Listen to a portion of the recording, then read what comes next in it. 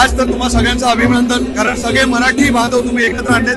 महाराष्ट्राला हा गुढीपाडवासारखा सण वाटायला लागलाय, काय भावना आज आनंदाचा क्षण आहे आणि त्या आनंदाच्या क्षणाचे भागीदार होण्याचं आज या ठिकाणी जे स्वप्न होतं ते या ठिकाणी साकार होते।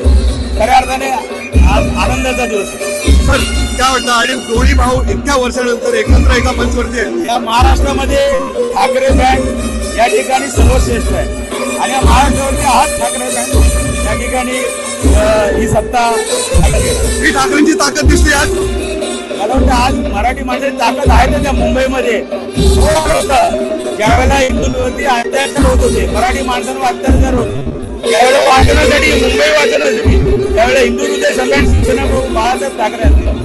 त्याचबरोबर आपले पक्ष आणि खऱ्या अर्थाने त्या मराठी माणसांना एकजूट आनंदाचा क्षण आहे। Thank you so much. तर हे राजन विठ्ठल आपल्यासोबत होते। मागे जर बघितलं, मागे हा परिसर आहे बघा, हे संपूर्ण व्यासपीठ सगळीकडे मराठीमय झालेलं दिसतं वातावरण आहे। एकंदरीत थोडक्यात म्हणजे मराठी आवाज जो आहे आज उठलेला दिसतोय। काही क्षणातच इकडे येतील। तुम्हाला काय वाटतं कमेंट करून नक्की सांगा। जर तुम्ही मराठी असाल तर नक्कीच आम्हाला कळवा।